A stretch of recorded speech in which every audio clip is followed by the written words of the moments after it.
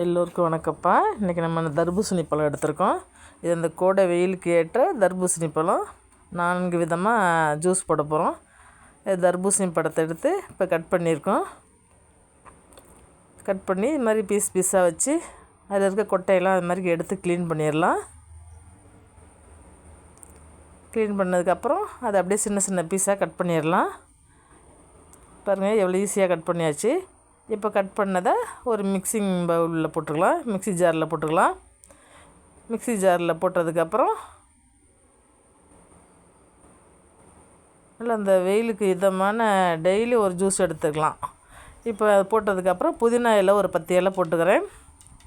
நம்ம ஒரு ஆளுக்கு போடுறோம், அதனால் ஒரு சின்ன எலுமிச்சம்பழம் ஒரு 1/4 பழம் புளிஞ்சு விட்டுக்கலாம். கொட்டை இல்லாமல் எடுத்து, கொட்டையோட போட்டால் கசக்காக இருக்கும், கசப்பும்.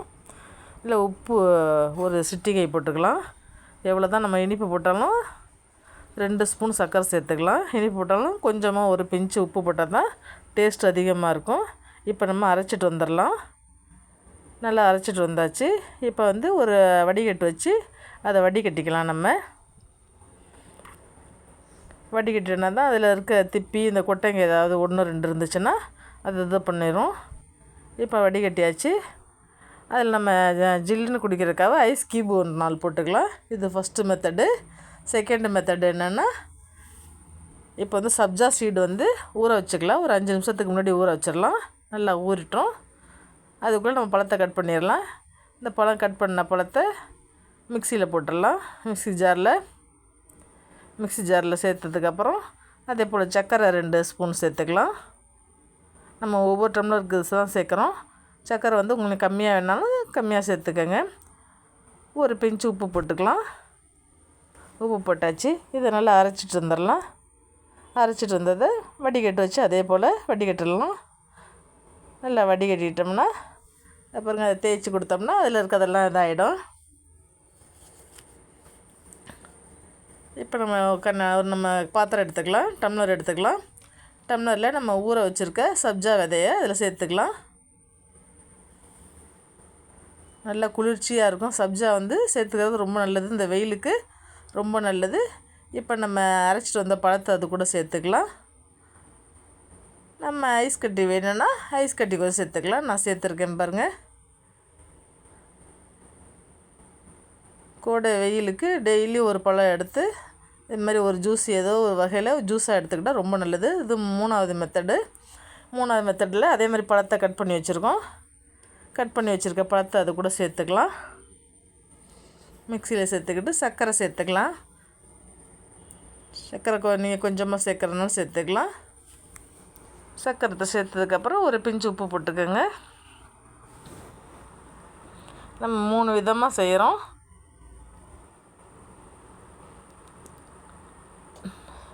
எவ்வளோதான் நம்ம இனிப்பு போட்டாலும் கொஞ்சமாக உப்பு போட்டால் தான் கொஞ்சம் நல்லாயிருக்கும். இப்போ அரைச்சிட்டு வந்ததை அதை ஒரு வடிகட்டு வச்சு நம்ம வடிகட்டிடலாம்.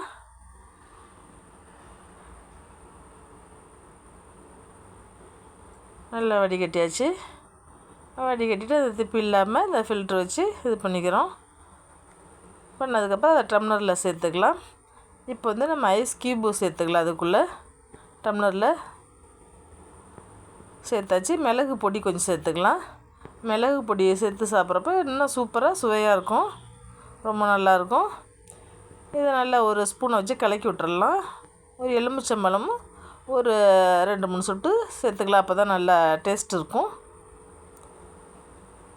இப்போ நம்ம மிளகுத்தூள் போட்டிருக்கறனால மேலே மிதக்கும், அதனால் நல்லா கலக்கி விட்டுறலாம். கலக்கி விட்டோன்னா 3வது மெத்தடு சூப்பரான வாட்டர்மெலன் ஜூஸ் ரெடி பண்ணிட்டோம்.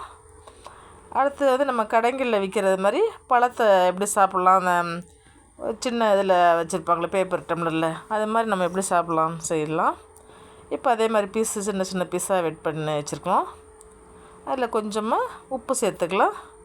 உப்பு சேர்ந்து எல்லா பக்கமும் கலந்து விட்டுறலாம். உப்பு வேணும்னா போட்டுக்கலாம், மிளகுத்தூள் வேணும்னா. இது நல்லா டேஸ்ட்டாக இருக்கும். அது உப்பும் மிளகுத்தூளும் சேர்க்குறப்ப மிளகுத்தூள் நல்லா சேர்த்தாச்சு. மிளகுத்தூள் நம்ம தொண்டை கரப்பரப்பை இல்லாமல் இருக்கிறதுக்காக ரொம்ப நல்லது. இது ஒரு ஸ்டிக் வச்சு இதே மிளகுத்தூளையும் நல்லா கலந்து விட்டுட்டு சின்ன பிள்ளைங்களுக்கு நம்ம ஐஸ் மாதிரி ஒரு ஸ்டிக்கை வச்சு அதில் குத்தி கொடுத்தோம்னா நல்லா விரும்பி சாப்பிடுவாங்க. பாருங்கள், இது மாதிரி எடுத்து சாப்பிட்றப்ப நமக்கும் பிடிக்கும். 2 அழகுக்காக புதினா சேர்த்துக்கலாம். இது செரிமானத்துக்கு ரொம்ப நல்லது. இது 4 விதமாக நம்ம ஒரு தர்பூசணியை வச்சு சின்ன சின்ன பழத்தை வச்சு நம்ம செஞ்சிட்டோம். இதே மாதிரி நீங்களும் செஞ்சு பாருங்கள்.